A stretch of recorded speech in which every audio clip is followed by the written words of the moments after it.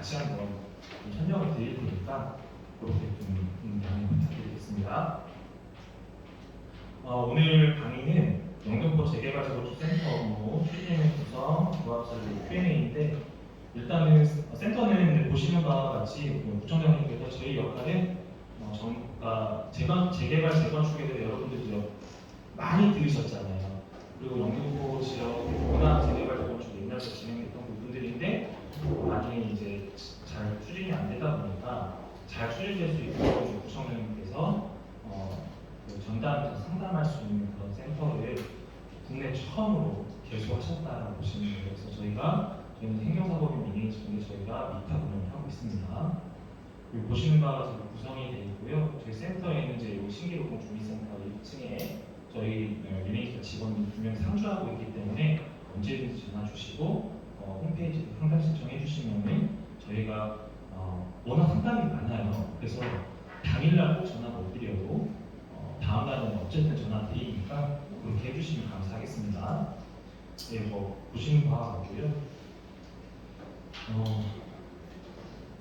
그 센터 운영은 전체적으로 신속 정확한 현장 상담 센터를 운영하는 거고 구청과 관련된 연계 운영이고 내부 장애인과 협력 체계를 구축하고 있고 그다음에 이제 상담 센터를 홍보하는 그런 형태라고 보시면 될 것 같습니다. 예, 저희 업무 소개는 드렸고요. 최근에 영등포 지역과 서울 지역의 재개발 재건축에 대한 좀 기사 좀 저희가 따왔는데요.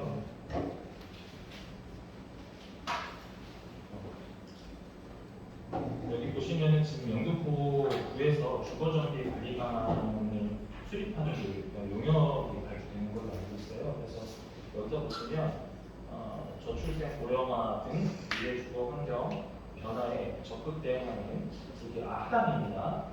주거정비 관리 방안을 수립 용역을 하는데 여기서 이제 신속성과 안정성을 방점으로 해서 기본 현황 조사부터 문제점 그리고 주거 관리 활성화 방안을 이제 구성하고 있는데 전체적인 내용의 핵심은 뭐냐면 재개발 재건축이 기존의 초기 때 재개발 재건축은 거의 개인의 재산상의 이익 증대가 일단 목표였고 거기에 이제 노후된 지역의 개발이 목표였어요. 그런데 이제 최근에 재개발 재건축이 좀 변모되는 상황은 재개발 재건축이 개인의 재산상의 이익도 있지만 그런 이익도 결국 그 정책으로 위반되는 부분들이 있기 때문에 이런 재개발 재건축이 공공의 목적의 달성도 필요하다라는 게 최근에 이제 트렌드예요. 재개발 재건축이. 그래서 이제 서울시 같은 경우에는 이제 신통기획 안 들어보셨죠? 신속통합기획이나 노아타운 그리고 역세권 발전 사업 이런 개념으로 가는데 근데 이제 뒤에서도 설명드리겠지만 이런 이제 공공의 목적이 들어가기 때문에 당연히 이 안에는 공공의 목적이라고 쓰면 뭐가 들어갈까요? 주로 이제 임대 아파트가 들어간다든지 근데 예전에 그런 개념이 아닌 임대 아파트라든가 아니면 주거 환경적인 요소, 수변 지역 관리한다든가 여러 가지가 이슈가 있어요. 교통 노선이나 아니면 도시 인프라, 도로, 전기, 여러 가지 재난 안전 관련해서 그런 부분들이 들어가다 보니 당연히 어떻게 됩니까? 용적률을 상향시켜주는 그렇게 해서 사업성을 확보해주는 그런 개념이라고 보시면 될 것 같아요. 그래서 그런 차원에서 변모되고 있다 그렇게 생각하시면 됩니다. 그래서 최근에 일단은 진행하면서 이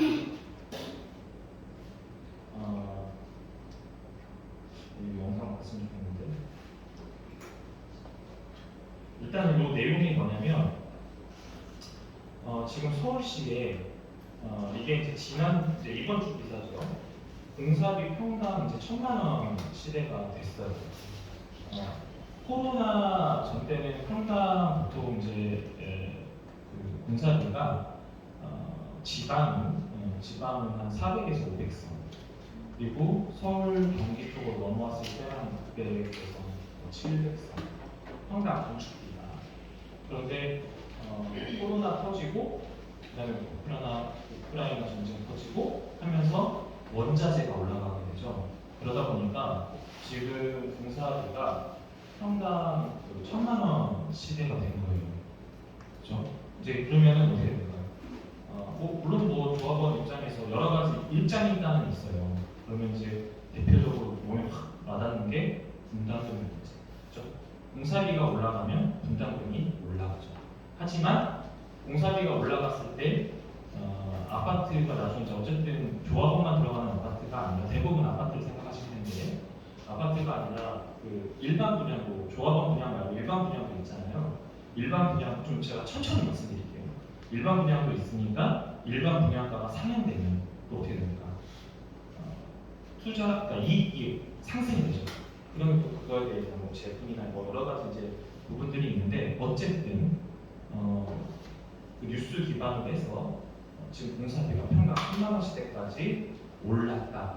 이게 현재 부동산 시장입니다. 그리고 그래서 이제 그 사업 속도를 높이기 위해서 재개발 재건축의 조합을 직접 설립을 하는 제도가 이제 또 있는데 사업 속도를 높이는 게 이제 조합을 직접 설립하는 방법도 있지만 신통이라든가 모아타운으로 하면은 또 빨리 할 수 있어요. 그러면은 뭐 지금 구청 협의를 하겠지만 다음 달에 신통기획하고 모아타운에 대해서 좀 비교를 해드리고 싶기는 한데 그럴 경우에는 평균 한 3년에서 4년 정도를 사업 추진 기간을 줄일 수가 있어요.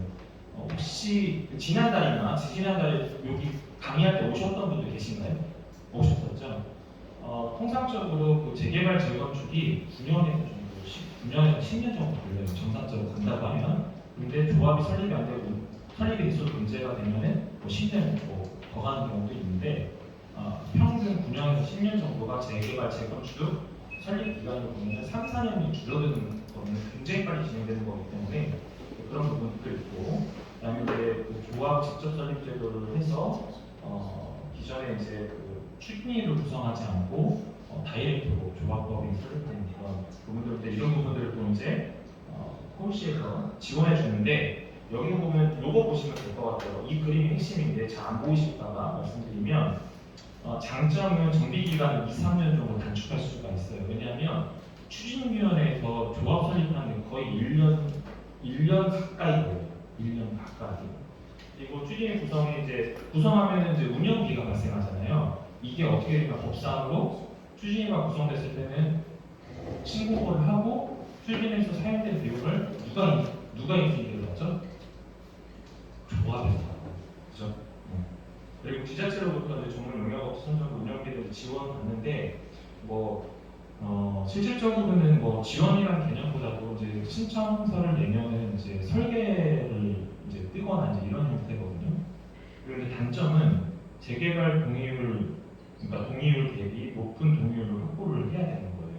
그러니까 기존에는 이제 50%였다면 75% 이상 확보가 돼야 되는데, 근데 실제로 실무에서는 50% 갖고 재개발 재건축을 할 수 있을까요? 실제? 못해요. 네. 그냥 우리 평균 80% 이상 동의 받아야 사업된다고 보시면 돼요. 왜 그런지 아시죠? 안 받은 그 재개발 재건축 동의를 안 하면 분쟁의 소지가 분명히 있어요.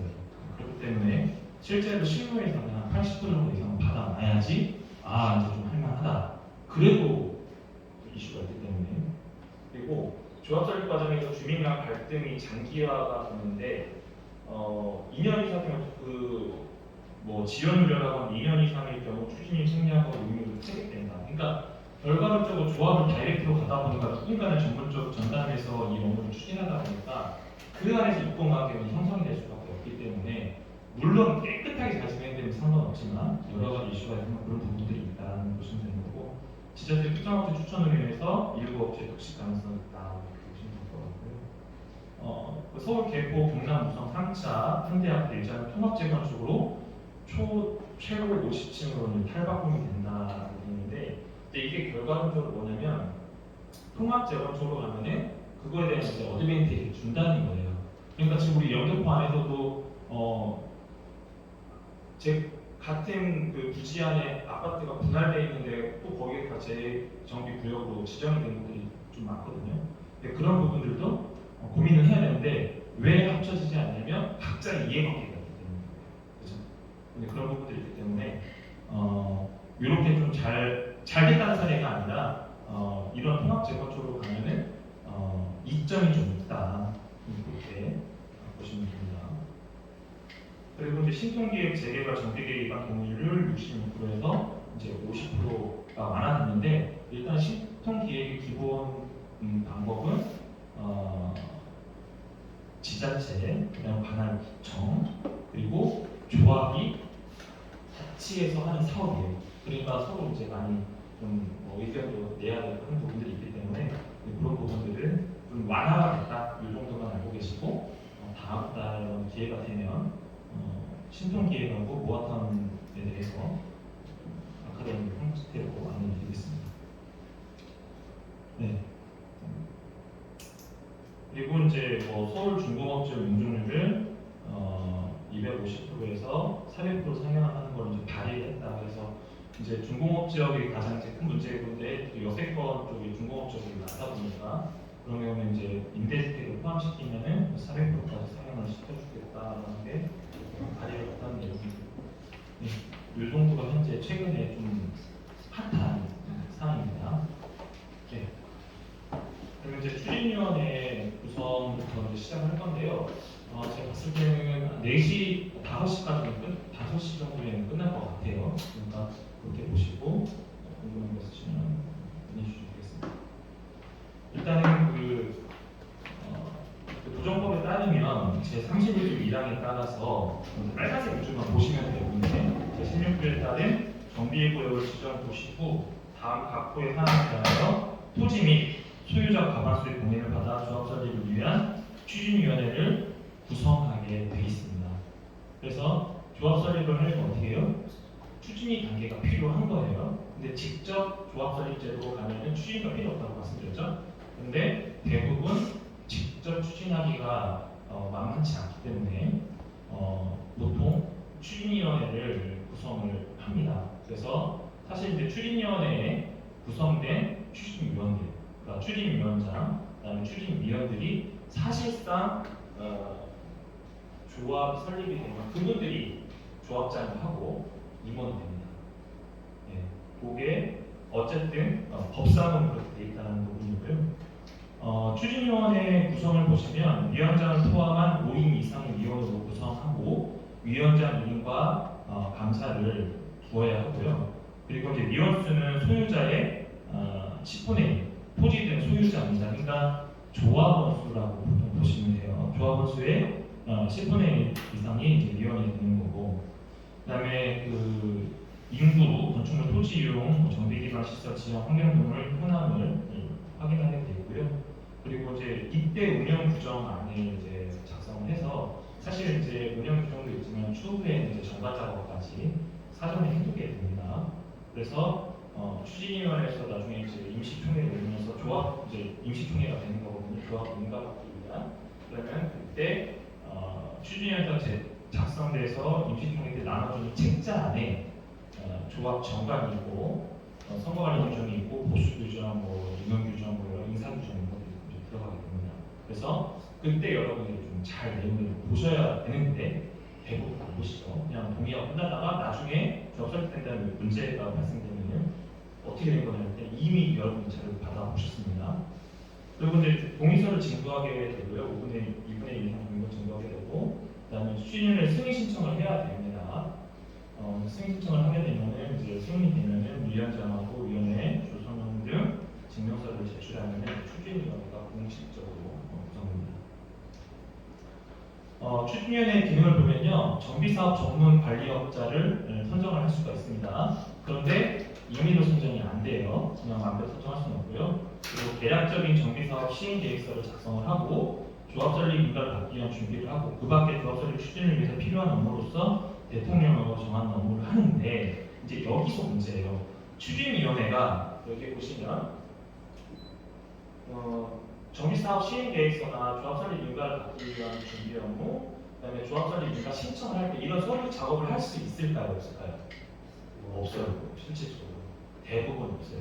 그렇기 때문에 사전에 정비관리 전문 업체 또는 흔히 말해서 이제 요즘에는 국토부에서 좀 단속을 하고 있는데 PM사를 선정합니다.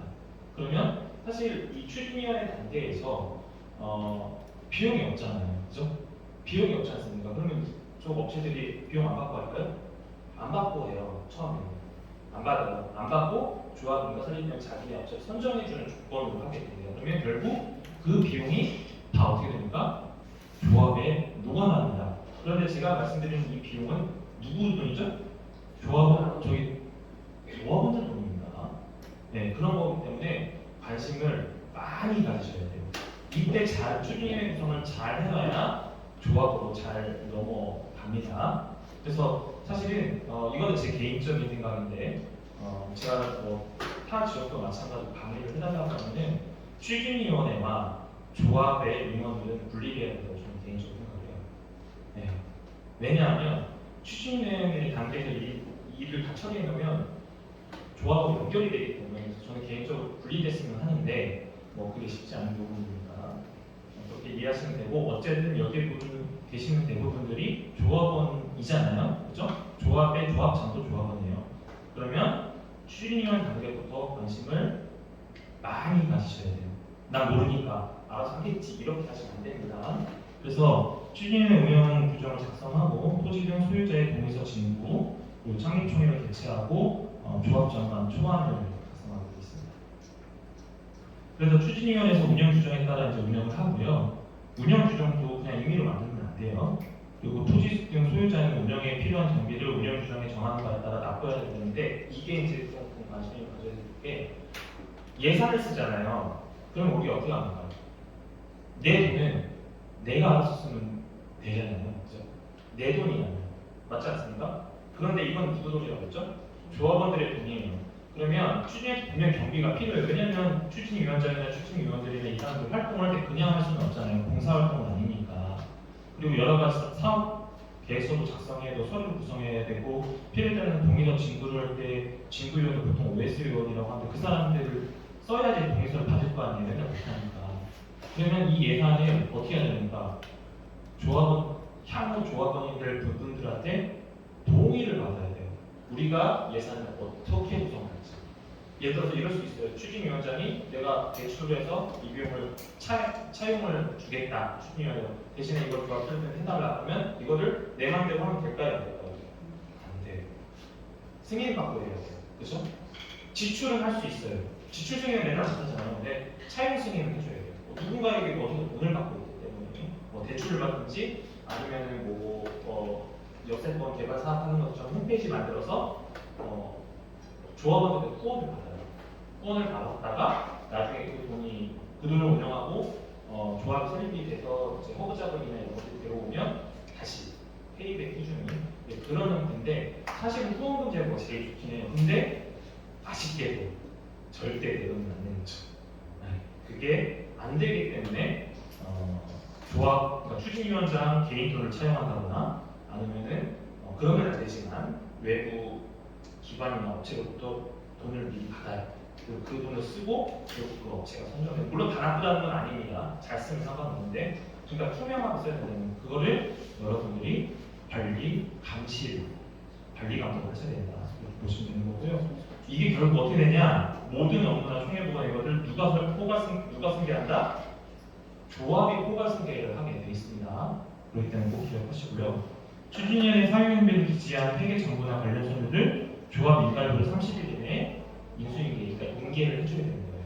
그러니까 영수증 다 첨부해야 되고 지출결도 넣어야 되고 다 해야 되는 거죠. 물건을 샀으면은 그 검수 확인본도 다 넣어서 그걸 감사가 받아야 되는 거예요.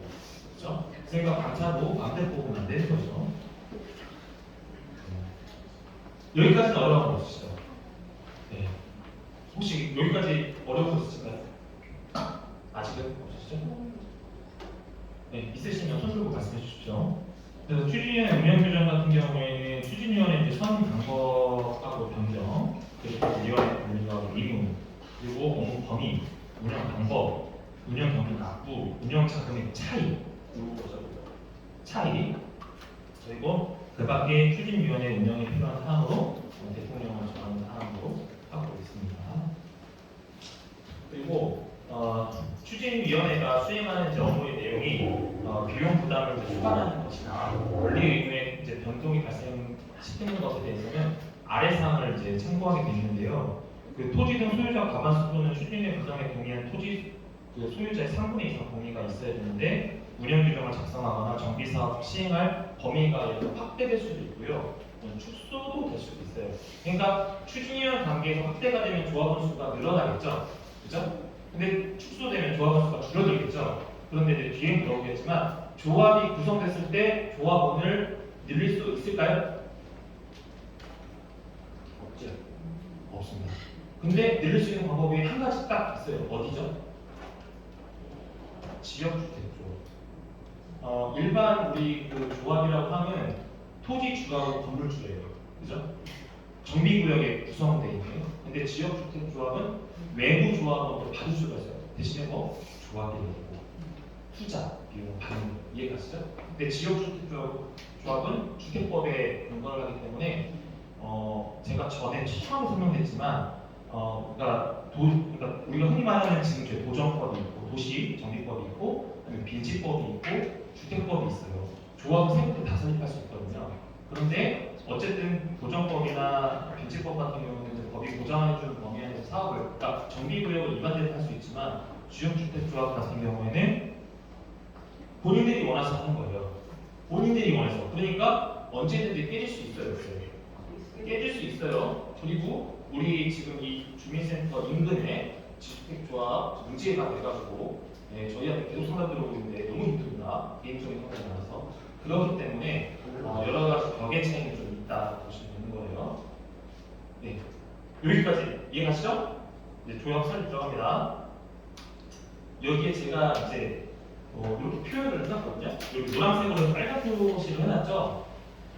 강의용 자료는 아니에요. 사실 이게 제가 정상 강의를 하게 되면은 쭉 나열하는데 지금 이제 그 조합원분들 보시라고 좀 쉽게 저희 직원들이 이제 풀어서 이렇게 써놨는데 밑이 뭐예요? 밑이 뭡니까? 같이 또는과 밑은 뭐죠? 밑 두 개 다 해당이 돼요. 그죠? 네 맞아요. 근데 또는은 둘 중에 하나만 되는 거예요. 그러면 저 이거 막 눈 아프시죠? 막 진짜 빼곡하게 써 있으니까 이거 간단하게 그려봐. 이렇게 보시면 이해가 가죠. 그래서 재개발하고 재건축은 토지 소유자 등의 4분의 3 이상, 그죠? 4분의 3이면 75% 이상 받아야 되는 거예요. 근데 제가 뭐라고 했어요? 80% 이상 받으셔라라고 얘기를 하는 거고, 왜냐면 중간에 꼭 이사가 해주시는 분들이 생기거든요. 그래서 항상 5에서 10% 정도 더 받아놔라 이렇게 얘기를 하는 거고요.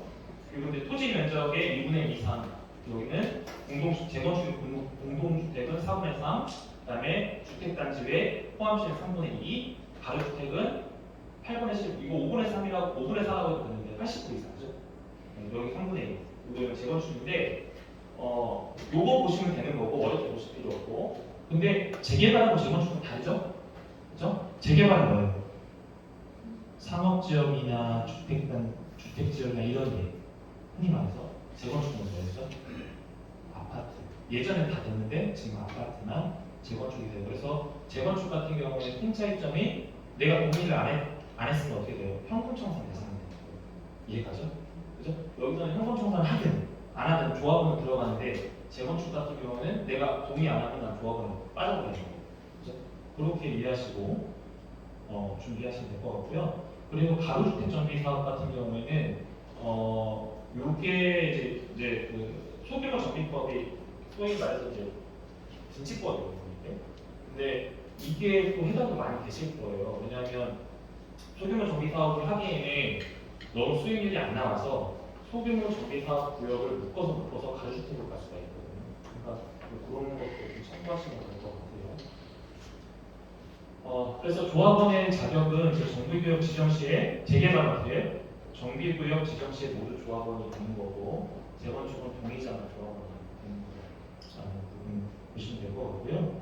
여기서 뭐 장황하게 써 있는데 수익표는 대표하는 일이 있는 조합원으로 보는 거예요.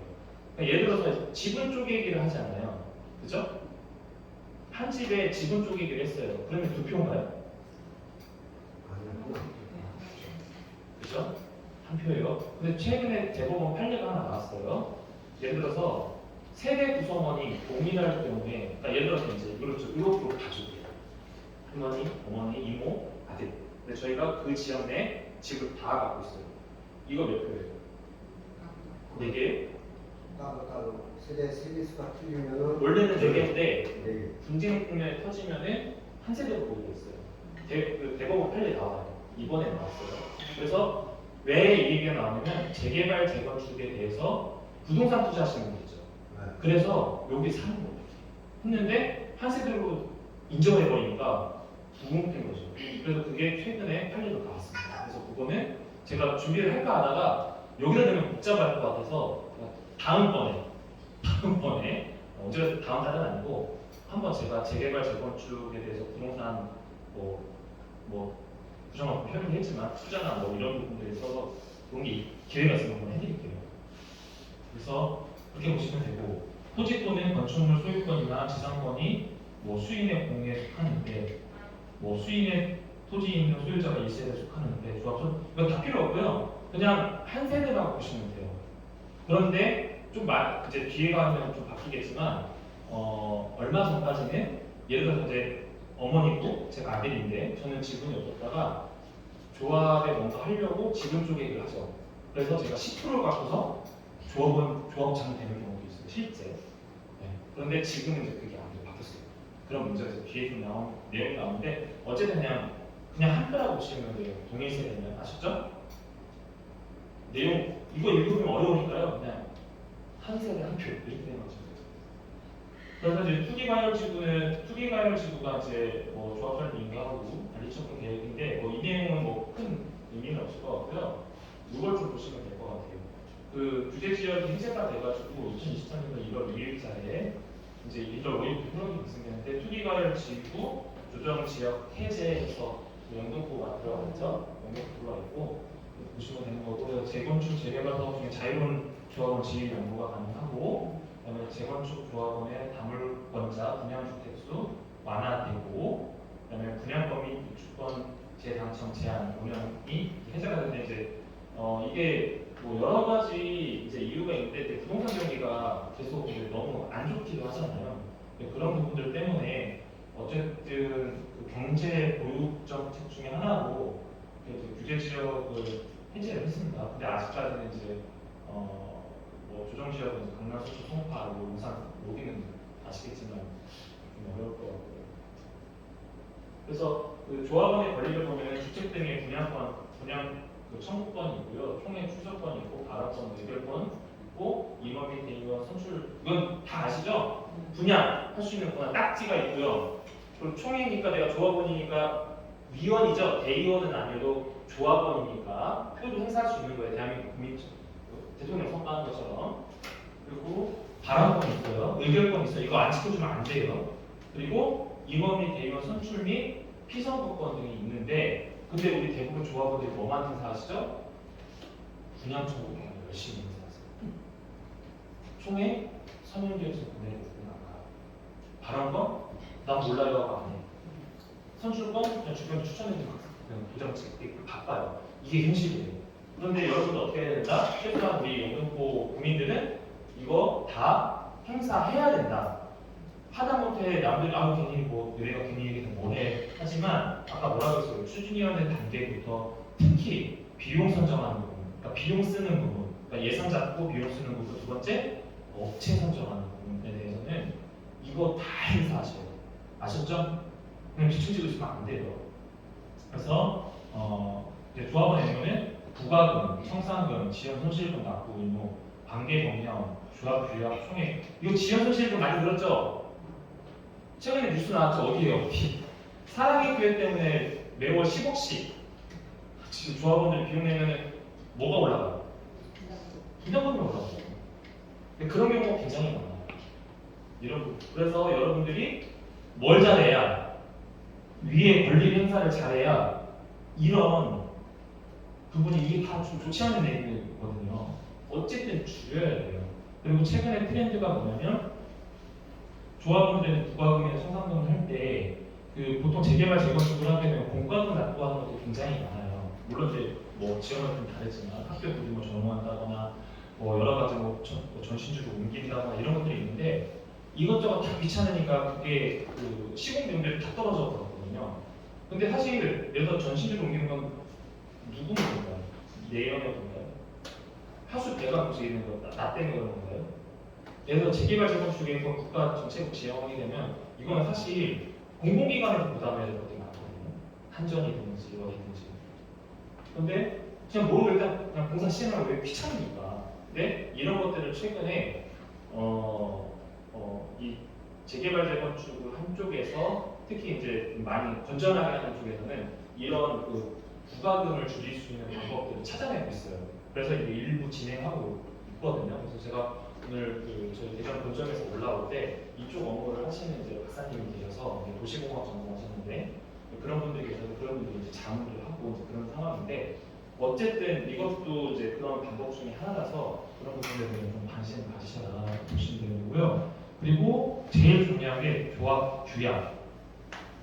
관계법령은요 해석하기가 너무 어렵잖아요. 법보기가 어렵잖아요. 근데 사실 법보는 어렵진 않거든요. 공부하면. 근데 법보기 귀찮으면 우리 정관 있죠. 정관, 규약들 이런 거는 꼭 꼼꼼히 보세요. 꼼꼼히 왜? 나중에 어떤 그 조합상에서 업무가 진행할 때 조합 업무의 가장 핵심이 절차 위반하면은 이건 100% 문제가 돼요. 절차 위반하면. 근데 절차를 다 지키고 통과를 시켜버리면 그때는 방법이 없어요. 그래서 나중에 혹시 그러시면 안 되지만 혹시 그 조합 설립하고 재개발 재건축을 할 때 문제가 발생해서 분쟁이 생긴다. 가장 대표적으로 우리가 비상대책위원회 구성, 비대위가 구성이 되잖아요. 그럴 때는 제일 먼저 뭘 봐야 돼요? 조합 규약부터 보는 거예요. 그리고 절차를 봐요. 그래서 저희가 그 지금 이제 뭐 조합 업무도 하고 조합 자문도 하고 있지만 또 비대위 쪽 자문도 하고 있어서 사실 오늘 센터장, 저희 부센터장님이 박선호 전문님 오셨어야 되는데 오늘 그것 때문에 가셨는데 이제 거기는 이제 두 가지이기 때문에 한쪽은 이제 조합 측면에서 이제 소송이 들어와서 좀 자문하러 가셨고 이제 오후에는 비대위 쪽 입장에서 이제 그 임원들이 회의가 있어요. 감사부터 이사회, 그러니까 조합장을 제외한 감사 이사회가 총원회의가 있어요. 그런데 이제 그게 절차상의 문제가 있어서 가처분 신청 이제 변호사 공모법이라고 해가지고 가처분 내고 이제 검찰 조사, 그러니까 경찰 조사도 여러 가지 좀 있어서 자문되는 가능성을 모르셨는데 그게 다 어디서 시작하냐면 정관에서 시작하기 때문에 정관과 규약에서 시작하기 때문에 여러분들이 관심을 많이 갖고 보셔야 되는 거예요. 자, 그런데 제가 늘 말씀드리지만 이 조합 규약이 잘못됐다라고 해서 구청에 전화하셔서 잘못됐다고 항의하시면 될까요? 안 될까요? 돼요? 안 돼요. 네, 조합 구청이 어떻게 할 수가 없어요. 왜냐하면 이미 조합에서 결의돼서 올라온 사람들이기 때문에 그러니까 사전에 검토를 잘 하셔야 돼요. 왜냐하면 구청에서도 이거 잘못됐으면 할 수가 없어요. 왜냐하면 조합원들을 통해서 올라온 자료이기 때문에 당연히 이게 바뀔지라고 하는 거기 때문에 그거를 왜 검토하냐면 그렇게 하시면 안 돼요. 이해가시죠? 네. 왜냐하면 이게 이제 저희가 몰라서 물어보는 경우도 있지만 이제는 좀 관심 가지셔야 돼요. 왜냐하면 이게 다 여러분들의 재산이잖아요. 그렇죠? 재산이기 때문에 그런 부분들은 좀 관심을 가지셔야 됩니다. 제가 이 페이지를 왜 눈에 들었냐면 제가 양쪽 업무를 다 조합 입장에서도 자문하고 있고 비대위랑 자문하고 있는데요.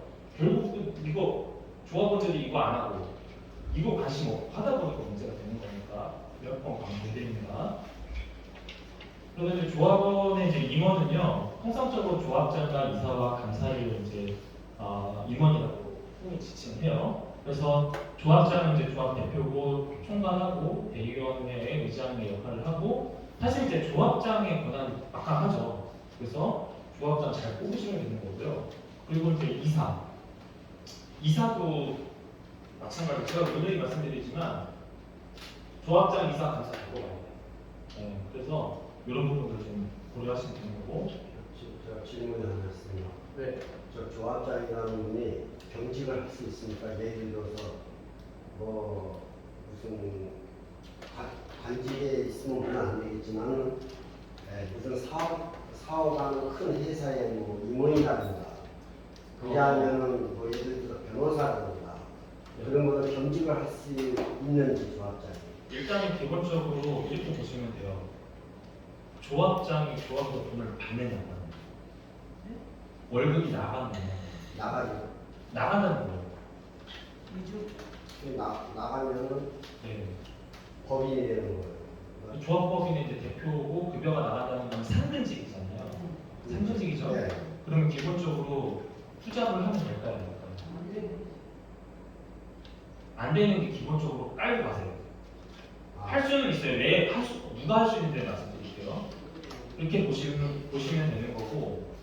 근데 이제 조합장 같은 경우에는 어디에 적용이 되냐면 공직자로 구분이 돼요. 공직자로 구분이 되기 때문에 그런 부분 좀 고려하셔야 되는데 사실 이제 뒤에 좀 그렇잖아요. 제가 그러실까봐 뒤에다 내용을 넣어놓긴 했는데 이사들은 상관없어요. 이사들 돈 안 받잖아요. 그죠? 상근직이 아니잖아요. 상근직이 있죠. 그러니까 이사는 있는데 근데 굳이 상근직을 왜 두죠? 이사님은? 그러니까 조합에서 공급 타먹으려고 하나. 그러니까 굳이 필요 없으면 차라리 이사를 시켰어요. 이분이 실제 그걸 할 수 있다면 일일 이사면 상근 이사를 시키면 되죠. 근데 대부분 뭐라고 그러죠? 그러니까 대부분 조합이 설립이 되면 네. 정비관리 전문업체를 선정하게 되잖아요. 그럼 사실 조합에 임원들이 할 일이 없어요. 정비관리 전문업체가 다 합니다. 일을. 그러면 냉정하게 말하면 조합장이 이제 상근을 있어야 되는데 저는 전제로 하고 싶어요. 말씀드리는데 그럼 조합장을 제외한 나머지는 임금 줘야 되지 않아요? 안 주는 게 맞죠. 왜냐면 정비관리 전문업체가 하기 때문에. 그죠? 근데 일정 임원들 중에 정말 우리 업무를 꽤 차고 알고 있고 그런 경력이 있어서 내가 관리 포인트를 주겠다고 규모가 굉장히 큰 데는 세대수가 큰 거죠. 그런 데는 필요가 좀 있긴 해요. 그러니까 그거는 좀 사업의 좀 규모를 보고 판단하는 게 맞을 것 같아요. 우리 연금고 구역에서도 좀 현재 보면은 상근 이사다 해가지고 한 300만 원, 400만 원씩 받고. 맞죠? 뭐 감사는 없지만은 예를 들어서 뭐 1000세대 이상 하면은 이사가 보통 한 7명 정도 이루고 돼요. 근데 그 중에서 한 사람이 상근 이사다 해가지고 맡아서 하고 또 사무장이다 해가지고 조합에 있던 사람이 사무장을 해가지고 또 공급을 받고 뭐 그런 데가 있는데 그거는 냉정하게 말하면 아무리 짱입니다. 그러니까 많다. 네, 그래서요 조합원분들이 이제 말씀하실 때 그 상근 이사를 둬야 될 경우에는 뭐라고 했습니까? 그 재개발 재건축의 경력이 있는지 조합장도 마찬가지예요. 그러니까 이 지역이 유시니까 아직도 우리 조합장들 대부분 누구죠? 유치가 하죠. 유치하고 재개발 재건축의 조합장의 기능이 있을까요? 물론 동의서를 진구하는 과정에서 잘 알기 때문에 유치가 한 게 맞아요. 그래서 제가 아까 추진위원회로 조합 분리해야 되죠.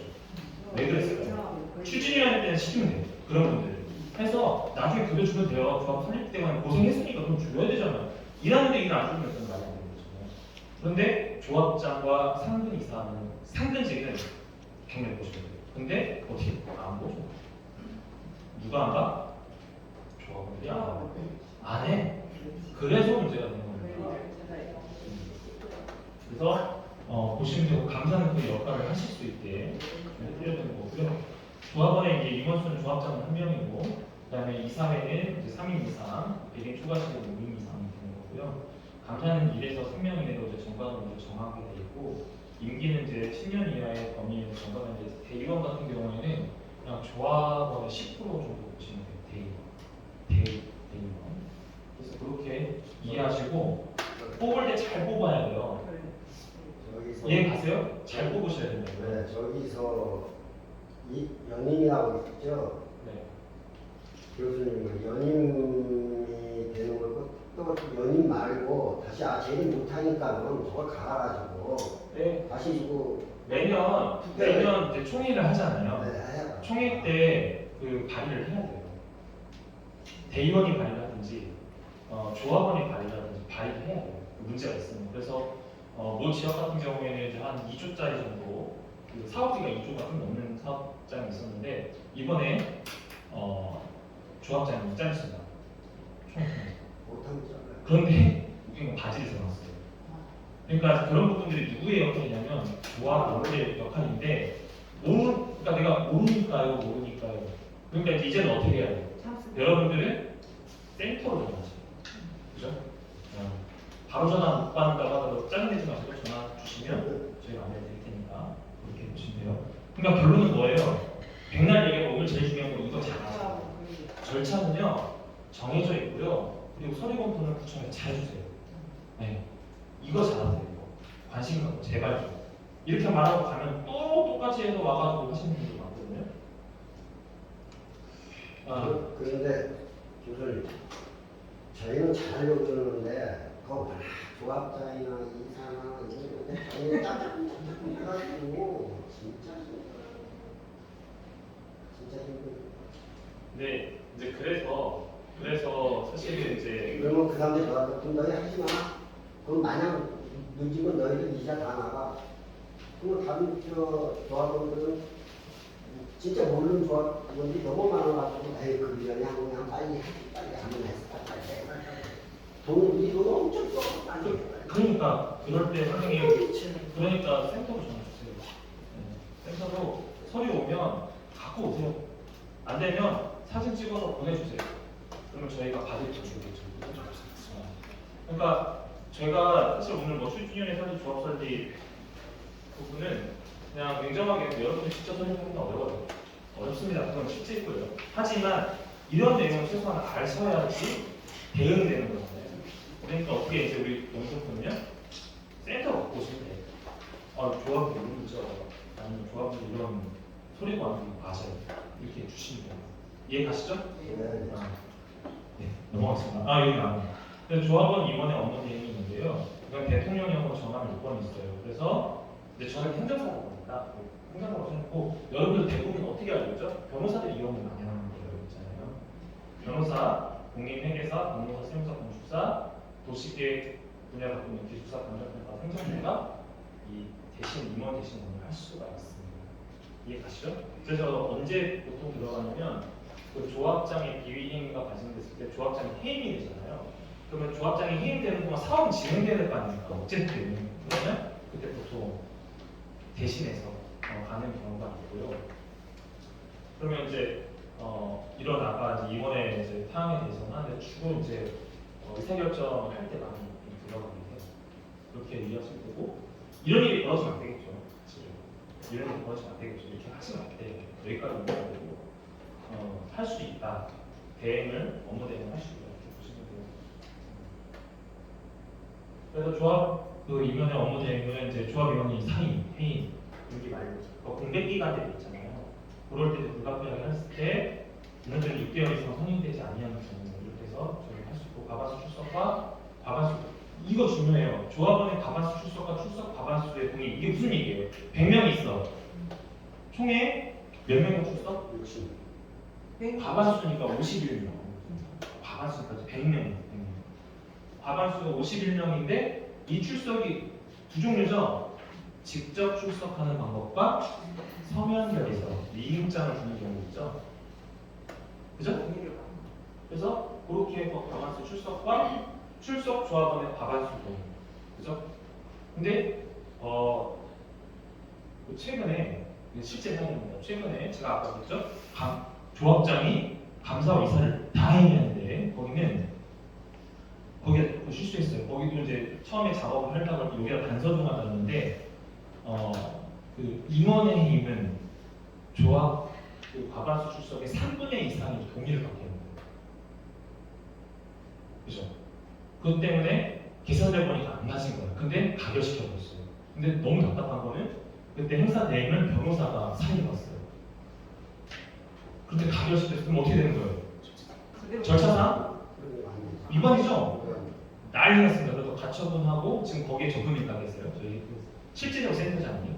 저는 이제 그 법인 대표이기 때문에 명목상 센터장이고 실제로 저희 박성호 전문님 센터장님 하고 계신데 지금 그 가처분 상황 때문에 내려가 있어요. 그래서 부들게 모르셨고 거기에 그 단서점은 자기네가 다는 거 깜빡한 거예요. 그래서 지금 갇혀버렸어요. 그래서 9월 며칠인가 같은 법정에서 다툼이 있을 것 같아요. 근데 어쨌든 대부분 이렇게 될 겁니다. 그러니까 이 동의를 잘 보셔야 돼요. 조합법 임원은 이제 요건사가 이제 바뀐 거예요. 올해 이제 바뀐 겁니다. 이거 빨간색 잘 보시고요. 그 토지 등 소유자, 요것만 보시면 돼요. 토지 등 소유자이며 공유지분자인 경우 가장 많은 지분이죠. 그죠? 가장 많은 지분. 그러면 아까 뭐라고 말씀드렸죠? 전에는 10%만 갖고도 할 수 있었죠. 심지어 조합장 되신 분이 있어요. 저희가 조합장 자문에서 됐기 때문에 10%인데 지금은 10% 갖고 돼요, 안 돼요? 안 돼요. 왜 안 돼요? 이런 문제가 있습니다. 그죠? 갑자기 어떤 아들이 나타납니다.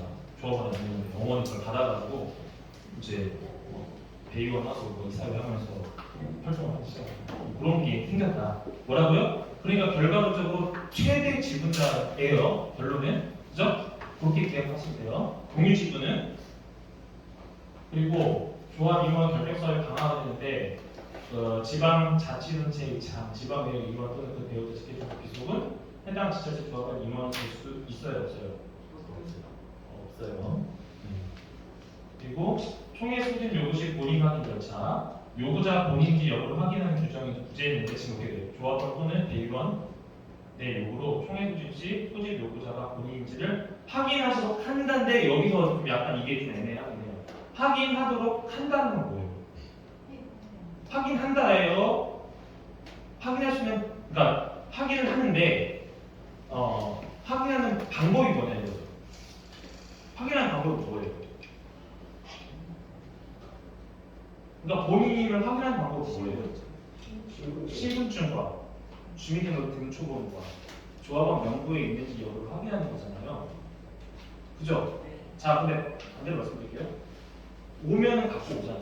근데 주민등록 이렇게 주면 되잖아요. 그럼 확인이 되잖아요. 서명계획 사는 사람들이 주민등록증을 미천부했어요. 그러니까 사본을 미천부했어요. 이럴 때는 어떻게 하실 거예요? 인정돼요, 안 돼요? 안 돼요? 왜요? 거기 나중에 서명계획서 되면 자기 등초본 인감증명서 다시 제출하는데? 왜냐면 그래도 그걸 예를 들어서 주민등록 사본을 첨부를 해야 인정이 되고 거기 써 있어요. 그 확실해요? 근데 여기가 문제가 나요. 근데 그거 다 OS 요원들이 다 하기 때문에 아시죠?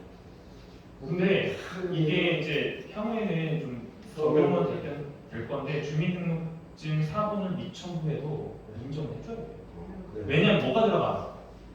인감증명서. 서명계획서 그냥 내는 거 아니에요? 서명계획서 동의도 그런 특징으로 내는 건 누구나 할 수 있잖아요. 거기에 뭐가 들어가?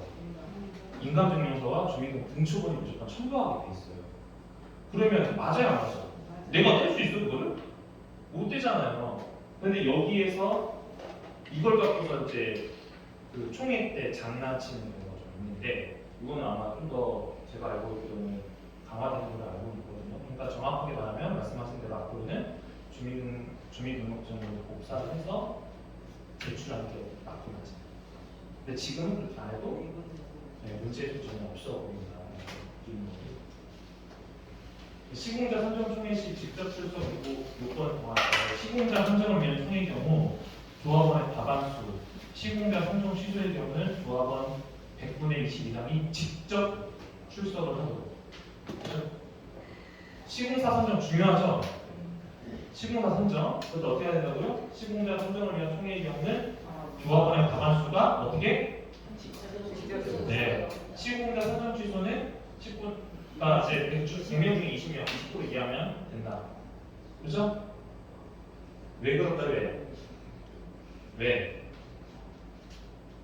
이거 여러분들 권리행사 제대로 하고.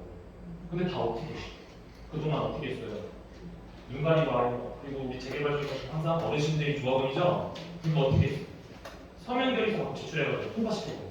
OS 요원들이 그렇죠. 대한민국 법이 참 크지 않아요. 이거 OS 요원을 그걸 하지 말아야 돼요.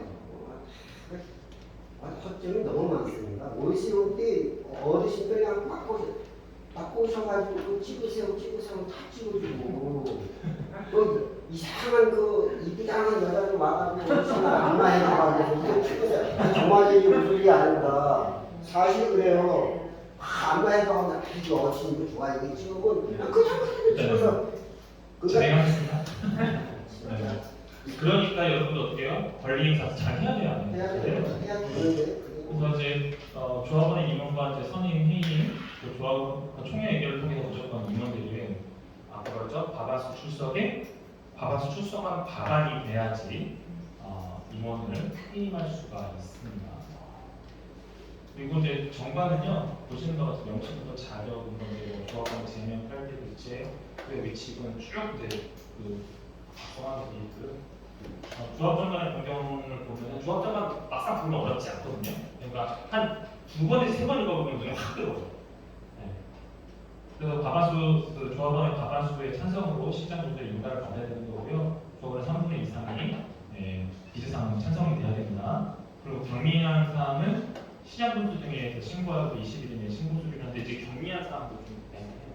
경미한 사항. 근데 이제 이거는 그렇게 이해를 하시고요. 요게 중요해요. 과반수 찬성으로 조합원의 3분의 2 이상 찬성을 하셔야겠고요. 그리고 이제 조합의 설립은 정관 작성하고 동의서를 진부하고 창립총회를 하고 설립인가 신청을 하고 그다음에 이제 구청에 권한을 구청에 검토가 떨어지면은 인가증이 나와요. 인가증이 나오면 인가가 된 거죠. 근데 그러면 정식 조합인가요? 인가증이 나왔어요. 그럼 정식 조합이에요, 아니에요?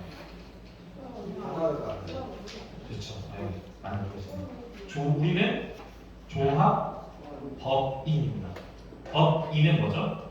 등기부등본고가 있는 거죠. 그렇죠? 그러면 인가증이 나왔다고 하더라도 그 법원에서 등기형을 처리해야 최종적으로 조합 법인이 설립됩니다. 그런 상황에서 그 전에 지금 거의 다 끝났고요. 인가증 갖고서 사업자 선정돼야 안 돼요. 한 가지 질문 드릴게요. 인가증 갖고서 조합장이 사업자 선정할 수 있어요. 계약 업체하고 계약을 해요. 돼요, 안 돼요? 돼요, 안 돼요? 할 수 있어요? 왜 어떻게? 어떤 권리? 조합원의 승인을 받아야 총회에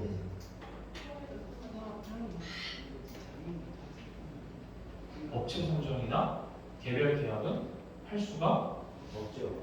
없어요. 네. 하시면 안 돼요. 나중에 그게 분쟁이 터져요. 이거 실질적인 권리. 대의원 회의를 해가지고 거기서 아닙니다. 대의원 회의도 필요 없고요. 네. 만약에 업체 선정 하게 되면 아까 뭐라고 말씀드렸습니까? 조합원의 조합원의 총회에서 네, 그리고 계약의 효력은 법인 등기가 나서 법인식이 등록이 되면 그때부터 시작입니다. 그래서 기존에는 2단계에서 인가 단계에서 그냥 싹 다 선정해버리고 끝내버려가지고 손도 못 대게 하는 경우가 많은데 이제 그런 부분들이 계속 분쟁이 터지고 하다 보니까 요즘에는 등기형을 최대한 빨리 땡기고 빨리빨리 내라. 그렇죠? 그거만 기억하시면 돼요. 그리고 나머지 서류는 이제 창립총회나 사업계에서 어차피 창립총회를 하면은 조합원들이 안 하고요. 그 총회 대행업체들이 있어요. 총회 대행업체들이 보통 총회 대행 비용이 한 2,500에서 3,000 정도 그 이상 좀 돼야 안 돼요. 총회 대행업체 지금 거기 안 계시죠? 2,500에서 3,000 정도가 딱 맞아요. 7천만 원, 7,000이요? 뭐한 그렇게 보시면 돼요. 그래서 나중에 이제 공증까지 다 해서 조합으로 자료가 넘어오면 그거 다 기반해서 법인이 치는 겁니다. 그래서 개최 시기는 항상 이 총회는요. 그러니까 이렇게 보시면 돼요. 일주일 전. 그러니까 모든 공고문은 뭘 뽑아도 일주일 전에 공고를 하게 돼 있다. 그거만 기억했어요. 일주일 전. 그리고 결의사항은 마찬가지 뭐 정관 재정, 설계 비용, 이거 비용, 그렇죠? 신경 쓰셔야 됩니다. 네, 그렇게 보시면 되는 거고요. 대부분 이제 그 조합원들 할 때 정상적으로 하면은 아까 제일 중요한 게 뭐라고요? 조합원들이 분담금을 사전에 내기도 해요. 그게 가장 정확해요. 가장 사용하는데 대부분 그렇게 안 하려고 하는 거죠. 그러다 보니까 비용을 끌어다 쓰면 이제 그때부터는 업체하고 이제 문제가 되는 건데 어쨌든 그런 부분 할 때는 이제 별이사항입니다. 그래서 이제 동의서 직후에 뭐 동의 조건은 뭐 아까 말씀드렸던 것처럼 표로 말씀드렸었고요. 동의 내용은 이제 설계 기록 똑같습니다. 네. 여기에 이제 뭐 인가 신청은 인가 신청부 정가 명부 토지 필통 증명 서류 청구로 공증받은 의료입니다. 공증받은 의료. 그래서 이제 지상부 수인에 속하는 분들의 서류 동의서 쭉 나왔는데 사실 이제 이 부분들은 우리가 볼 수는 없어요. 그런데 조합에서는 조합원들이 연락 권한이 있어요. 복사 연락 권한 이 스토리에 대해서 있습니다. 못 보여주는데요? 돼요, 안 돼요? 안 돼. 안 돼요. 그런 데가 있어요. 못 보여주는데요? 정보 좀 보세요. 안 돼요. 가서 연락해 주세요. 복사해 주세요. 그래서 연락해주고 동의서 쓰고 등사를 내면 돼요. 복사비 내고 받아오는 거예요. 네, 정당 확인부터 인가 검토 사항은 조합 동의서 검토부터 추정 분담금 형식까지 되어 있고요. 추정 분담금 형식 같은 경우는 이제 보통 그 업체가 어느 정도 이제 가이드라인을 주잖아요. 그러면은 그 부분은 분담금이 얼마나 되는지를 보셔야 되는데 이제 분담금을 할 때 좀 한 가지 팁을 드리면 변동 분담금과 고정 분담금이 있거든요. 왜 우리 그 은행에서 이자가 연동금리. 고정금리와 변동금리가 있잖아요. 근데 대부분 우리가 변동금리를 하는 경우가, 그러니까 변동 분담금을 대부분 안 채용하죠. 왜냐하면 시공사에 손해보면 안 되니까. 그런데 필요에 따라서는 고정 분담금제를 하는 경우도 있어요. 코로나 기간 때 했을 때는 저희가 고정 분담금으로 해서 정리를 해준 적이 있었거든요. 그러면은 이제 물론 여러 가지 일정이 일단 있었지만 저희가 코로나 때 진행했었을 때는 고정 분담금이 많았던 것 같아요. 공사비가 올라가니까 그냥 다 이제 조합원들 분담할 필요가 없으니까 그런 것도 하나의 팁입니다. 그러면 저기서 내 재산을 알 수가 있으니까 이제 추정 분담금을 통지한다는 것은 나중에 얼마 정도 내가 돈을 내야 된다는 거 아니겠습니까? 그렇죠. 그러면 그 전에 내 돈이 얼마라는 걸 알 수가 있다는 겁니까? 아니 그러니까 그때는 알 수는 없고요.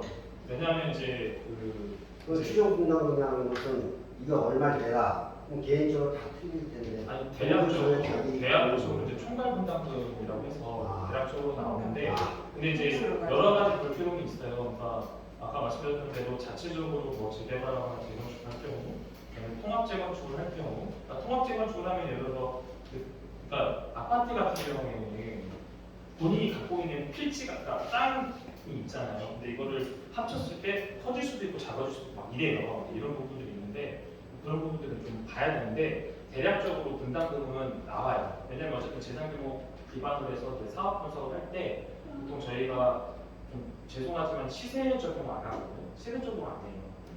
시세가 우리가 시세와 시가와 감정평가금의 공시지가가 있잖아요. 근데 보통 시세로 평가를 안 하고 감정평가 기반으로 가기 때문에 조금 이제 입장이 있다는데 나중에 이제 뭐 디테일 내용 그냥 대략적으로 설명드리면 사업성 분석해가지고 이제 분양 수익 계산하고 그다음에 우리 그 공시지가 토지 기반을 이제 예를 들어서 우리가 200세대인데 나중에 개발했던 400세대, 500세대가 나오니까 분양 수익이 나오고 공사비가 나오고 그다음에 여기다 현금 청산하는 분들이 계시고 그죠? 현금 청산하는 분들이 계시고 그다음에 조합원 분양을 했을 때 분양가는 별도 계산했을 때 수익을 뽑아본다는 거예요. 뽑아보면 이거 분담금이 발생하면 얼마 하겠다. 그래서 분담금은 대부분 이거죠. 어차피 이제 이게 시세로 결정이 되는 부분이 아니니 지금 아까 말씀드렸지만 공사비가 들어가고 분양가가 계산이 되니까 대부분 내고 들어가는 경우가 많아요. 그럼 이제 그 부분에 이제 조정은 되는데 그거는 지금 당장 확인은 현실적으로 어려워요. 그리고 맞지도 않고. 예술이라는 게 있지 않습니까? 뭐든지. 그거는 알 수가 없죠. 왜냐하면 시공사를 어떻게 결정할 거고 공사 기간은 추정이라는 게 있어. 분담금이라는 거 내가 돈을 준다는 건데. 추정 분담금은 이거예요. 그러니까 그래서 내 재산이 얼마 정도는 그래서 계략적이라고 할까? 얘를 좀 알고 있어야만이 추정 분담금이야 너희들이 얼마 내 이만큼 나와서 하면 내 돈에서 얼마 낸다. 이거 저는 그렇게 생각을 하고 있는데. 근데 이제 사전에 여러분들이 아시기는 해주시고 어렵고 어렵다. 그래서 이제 그거를 나중에 이제 조합 추진위원회가 구성이 되고 할 때 네. 보통 이제 전기관리 전문 업체들이 사실 이제 시행사가 꽤 많이 들어오거든요. 그러면 대략적으로 설계도를 떠요. 실제 설계는 아니어도 대략 설계도를 떠본단 말이에요. 그걸 계산해요. 이렇게 크게 있어요. 그렇게 해서 그걸 좀 받아보자고 좀 되려고 해봐야 돼요. 이해가시죠? 근데 대부분 모르니까 그냥 넘어가는데 그렇게 된다고 보시면 되는 거고. 그다음에 이제 조합설비 인가구를 중간에 정하는 바에 따라 내용을 통지하고 이해관계인 열람하시고 열람을 조합원에게 항상 열람하게 돼 있고 조합원 사무실에 어떻게 하게 돼 있습니까? 비치하게 돼 있습니다. 그죠? 근데 이거는 뭐라고요? 보안인데요. 이러면 안 돼요. 조합에서는. 근데 그러면 뭐라고 해야 돼요? 무슨 소리냐? 조합인데.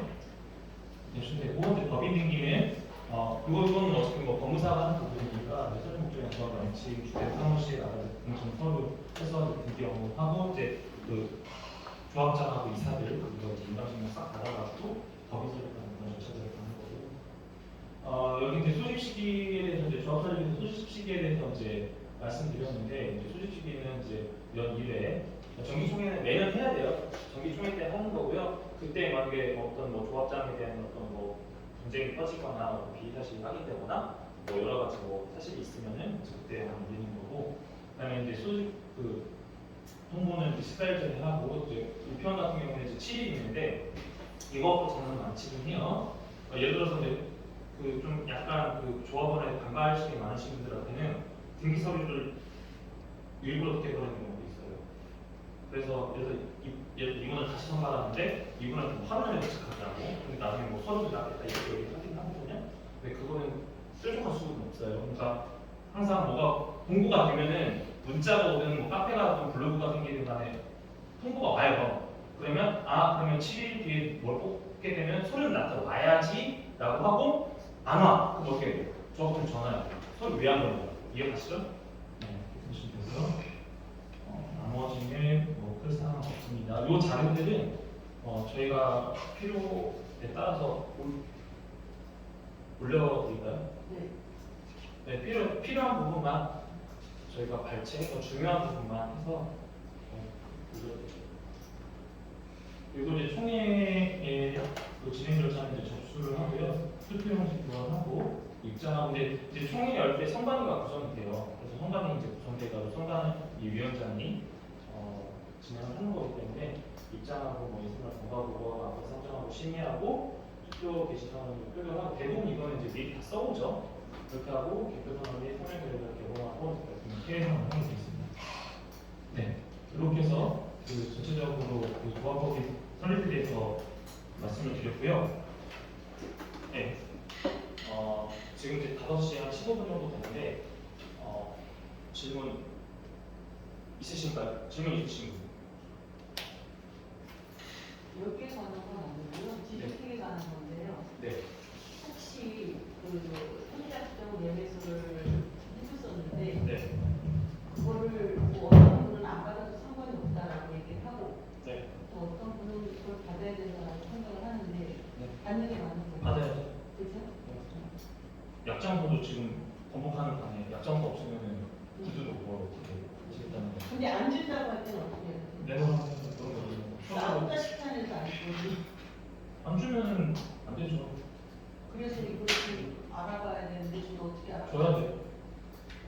알아봐요. 차일피일 미루고 안 주고 일부러 안 주는 거고. 그러니까 그러니까 달라고 해야 된다. 그러면 안 주면은 이제 소송해. 소송을 하자는 내용 증명 보내서 근거를 남겨놓고 나중에. 근데 왜 그 사람들은 왜 안 줘요? 안 주는 이유가 뭐예요? 안 주는 거요. 어차피 끝나면 저기 아니지 아니지. 그냥 걸러서 말씀을 드리면 일단은 약정이거든요. 약정은 뭐죠? 근데 지금 현재 그 대행사가 네. 거의 파산까지 왔다고 바꿔 생각하는데 거기까지 왔는데 안 주는 이유는 제 단순 생각에 그거를 어떤 또 다른 대행사한테 쉽게 얘기해서 넘기려고 할 때 동의서율이 많은 상태에서 넘겨야만이 자기네한테 이익이 되는데 한 사람 두 사람 빼다 보면은 자기네가 나중에 쉽게 얘기해서 이렇게 넘어가지고 별 소득이 없으니까 안 준다고 하지 않잖아. 그런 경우도 있고요. 근데 전반적으로 약정서를 안 준다는 거는 사업의 투명성이 없다는 그럼 딱 굳이 보시면 그 내용 증명서 먼저 보내면 됩니까? 그렇죠. 내용적인 고대 근데 개인으로 하시면 안 되고요. 약정서 안 주는 사람이 단체로 무조건 집단 행동하셔야 돼요. 네, 무조건 집단 행동이요. 네. 혼자 하시면 안 돼요. 네. 네. 네. 네, 저는 대리용 우리만까지 좋아서 주신다. 아, 예. 현재 준비위원회가 이제 출범되는 얘기고요. 저희는 대입권이 2,300평 정도 됩니다. 어떠한 사업으로 진행이 되면 저희에게 합당한 사업일지가 사실은 궁금합니다. 현재 상황에서. 아, 제일 어려운 질문인데. 그거는 이제 단순하게 이렇게 생각하시면 돼요. 그쪽에 아까 말씀드렸잖아요. 그 PM사나 엔지니어링 회사들이 있어요. 설계 뜨는 애들. 그 친구들한테 제안에다 적어가지고 준비위원회에서 몇 군데에다 연락하셔서 그럼 그 손은 금방 불거든요. 네. 그러면 제안하는 설계도를 보세요. 설계도를 보고 사업성 분석해야 돼요. 그러니까 그거는 어렵게 생각하지 마시고요. 일단 설계도 갖고 오세요. 설계도 갖고 나가서 설계도. 그러니까 니네가 생각하면 야, 설계도 한번 가져와봐. 그렇게 해서 받았어요. 그렇게 하고 그 설계도가 나와야 네. 그 설계도 기반으로 사업장 가져갈 수 있거든요. 네. 그게 이제 물론 뭐 여러 가지 절차가 있는데 그냥 그렇게 말씀하시면 돼요. 일단은 그러면 그 제안사들 우리 준비위원회에서 제안사들한테 그 제안서를 한번 받아보자. 제안서 그러면 거기에 대략적인 설계도하고 공사 경비 추정이라고 이게 나오거든요. 그러면 그거 보고 평가를 하면 돼요. 그 다음에 제일 중요한 게 뭐냐면 재개발 재건축은요 설계도가 잘 나온다고 되는 건 꼭 아니에요. 물론 설계도도 잘 나와야 되는데 전에도 계속 제가 늘상 한 부동산에 그 재개발 재건축 투자에 대해서 좀 설명을 드리긴 나중에 기회가 되면 하도록 할 건데 그 시공사가 중요해요. 그러니까 향후에 그러니까 잠재적인 부동산 가액을 보는 거죠. 그러니까 예를 들어서 시공사를 10위권 안에는 우리가 알만한 회사가 있고 10위 밑에는 아는 회사가 있지만 사실 잘 모르잖아요. 그러면 지금 당장 분담금을 줄여줄 수는 있어요. 분담금은. 그런데 준공되는 시점 그러니까 준비위원회는 앞으로 8년 9년 걸려요. 지금 이대로 가면. 그러면 10년 뒤, 10년 뒤, 최대는 15년 뒤에 아마 준공 될 건데 10년 뒤에 부동산 가치를 보는 거죠. 그러면 예를 들어서 이거죠. 지금 가장 아파트 쪽에 핫한 데가 어디입니까? 어떤 브랜드예요? 여러분이 생각하는 제일 좋은 브랜드는 뭡니까? 대림이 제일 좋은 것 같아요. 대림이요? 예. 왜냐하면 지구를 튼튼하게 진다는 말이 많고 사고는 없어요. 아 그런가요? 예, 대림이 일단 대림 대림이야. 대림으로 나오면 안 되고 네. 현재 그냥 브랜드로 나왔어요. 현대. 그러니까 이 편한 세상이죠. 불편한 세상. 예. 다 좋아요. 지금 이렇게 나오는 데들은 브랜드 가치가 있는 데잖아요. 근데 사실 대림은 아니거든요. 근데 이제 이번에 그 순살 아파트가 순살짜리 막 나오는 거 있잖아요. 그래서 그런 건데 향후에 그 브랜드 가치가 이게 이제 쉽게 말하면 부동산 가격의 환가치인 거잖아요. 내가 지금 그러니까 조합원 분양을 시작을 해서 이제 조합원 분양 가격이 좀 더 낮기 때문에 해서 좀 더 많이 5억 냈고 7억 8억 냈어도 아니면 10억 냈고 12억 15억 냈어도 그 뒤에 가치를 봤을 때 25, 35 배가 뛰면은 다르거든요. 그렇죠. 그러니까 그런 걸 봐야 돼요. 네. 그런 걸 보고 판단하는 게 가장 제일 좋아요. 그러니까는 A급 브랜드, 일부 브랜드, 예를 들어서 뭐 삼성으로부터 시작해가지고 내 밑에까지 내 밑에 뭐 롯데까지 뭐 생각하고. 네. 그래서 저한테 예를 들어서 그냥 뭐 물론 사업성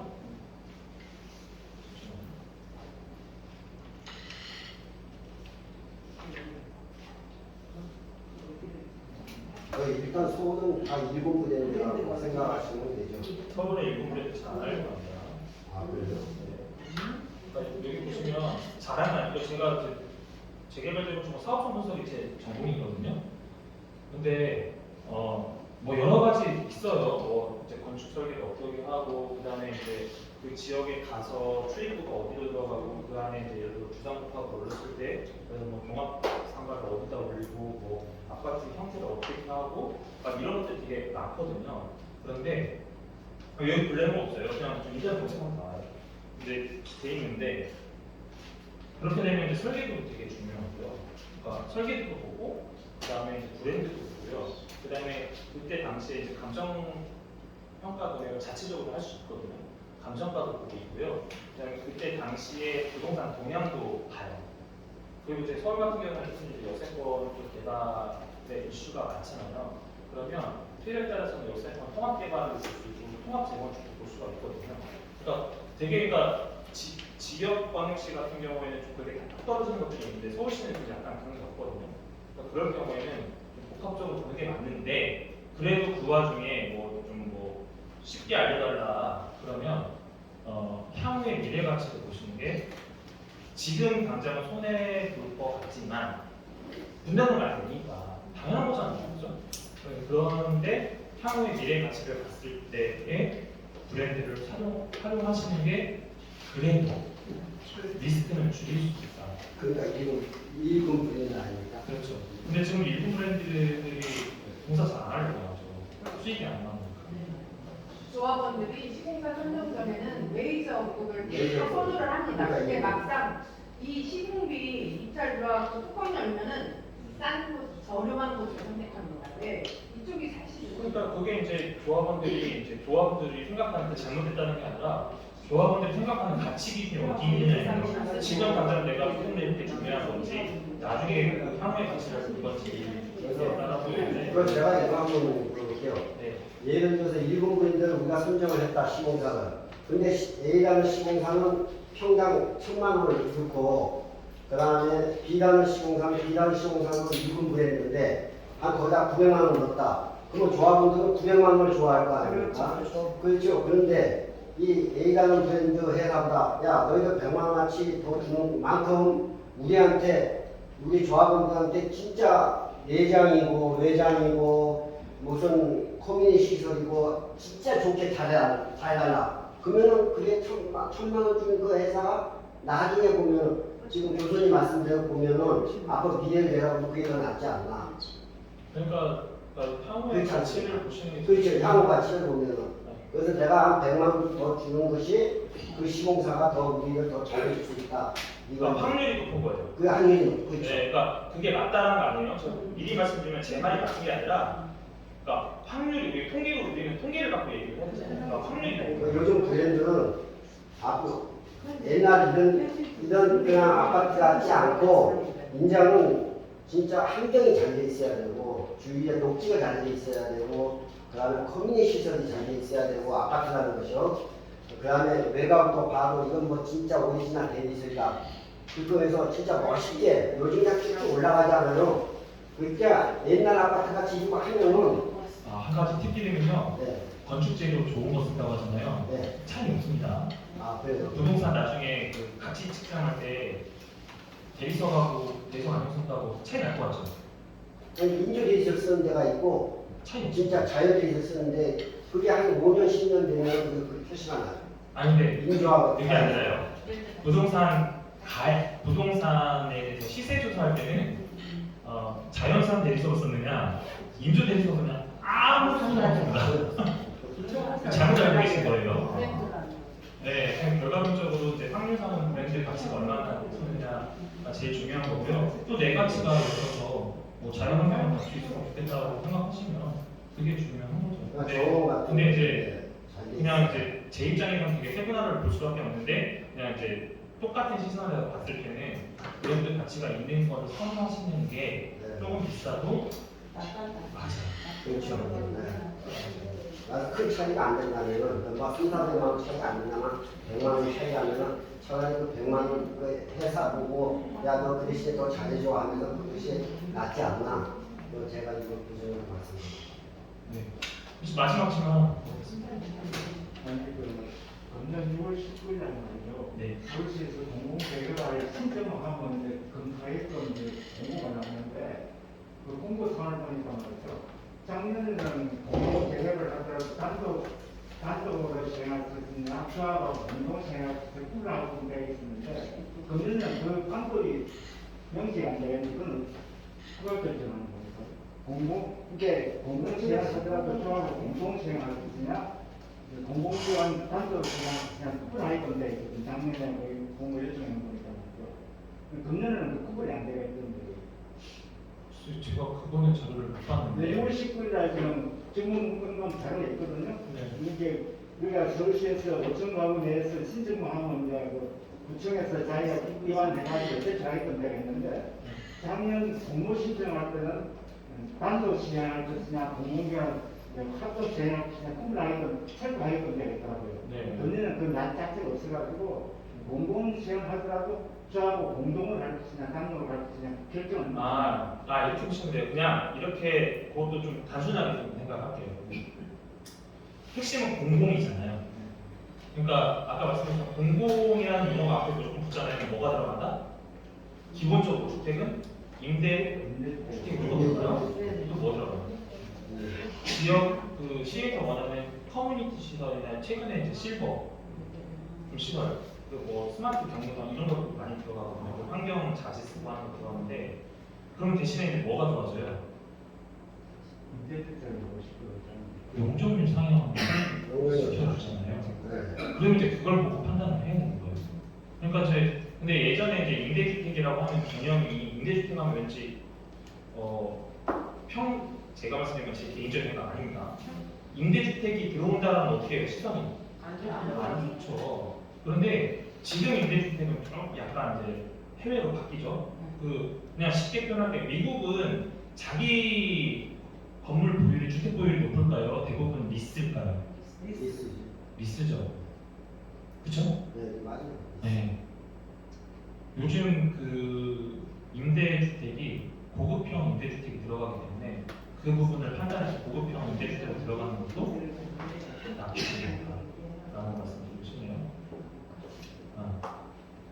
그렇죠? 예를 들어서 청년 주택이나 아니면은 신혼부부를 위한 주택이 있고 아니면 고급형 임대주택이 되면은 비용 없이 못 들어가거든요. 근데 그게 왜 가능하냐면 우리 생활 수준이 올랐잖아요.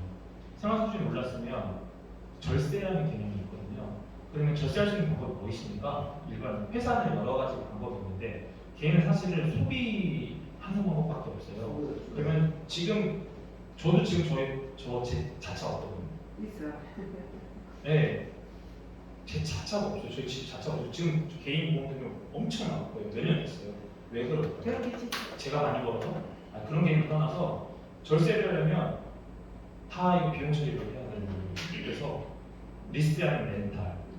뭐 심지어는 뭐 저는 물을 왜 렌탈하는지 모르겠어요. 물 끓여 먹으면 되지. 저는 그러시는데 렌탈하는 게 그게 비용 처리가 다 되기 때문에 요즘에는 사실 좀 부동산에 지금 부동산을 막 구매하시는 분들은 아직도 부동산에 대한 그 마음 있으신 분들이 지금 구매를 하는 거고 실제로 저희 연령, 그러니까 제가 82년생이에요. 생각보다 좀 어려 보이죠? 그래서 저희 어린 연령층 갈수록 내 집 구매하는 거예요. 저부터도 지금 혹시 내 집이 필요한가? 어차피 좋은 집으로 자꾸 사람이 계속 올라가잖아요. 그러면 나는 계속 은행에 대출받는 거지. 돈을 벌어. 이자 계속 나가는. 그럴 바에야 좋은 집, 그냥 어차피 비슷한 집 조금만 높이면 임대가 좋은데 다니면서 살 수 있는데 그리고 분양해도 대부분 실입주가 없죠. 중요해요. 실입주가 없어요. 그러면 공실이 나니까 나는 가서 좋은 아파트에 3년 내지 5년 주로 바꾸면서 그러니까 이제 그런 것도 한번 고민해보기로 그러면 저거 찍지 말아야 하지만 지어야 됩니다. 왜냐하면요 그렇게 해야지 지구 정비가 돼요. 그렇죠. 정리는 공부가 심하고 그래야 지구 정비가 되고 아까 말씀하셨던 것처럼 아마 선생님들 좀 표현이 좀 그럴 수 있는 게 결국 선생님들도 돈이 다 쓰고 갈 거 아니잖아요. 쓸 거 아니잖아요. 결국 자녀들한테 주식에 좀 더 나은 환경을 만들어주려고 하는 거잖아요. 재개발 지역에서 그렇잖아요. 맞아요. 이때 아니면 언제 하겠어요? 맞아요. 내 평생 못할 꿈인데 그러면은 이제 그런 거 고려해서 하시는 거죠. 그러니까 저는 제 개인적으로 개발을 저는 찬성하는 쪽이고요. 그걸 떠나서 이때 아니면은 서울시를 정비할 수 있는 시기가 없어요. 서울시 너무 포화되어 있고요. 그리고 너무 옛날 분들이 많기 때문에 진짜 이때 아니면 기회가 없어서 이때 개발 수준을 하는 거고, 그리고 내 자녀들한테 좀 더 나은 환경을 마련해주는 하는 거. 저 또한 마치 저도 애가 셋이지만 저희도 제 아이들 위해서 준비를 하고 있는 거잖아요. 그렇게 이해하시는 게 가장 합리적인. 네, 여기까지 하겠습니다. 고생하셨습니다.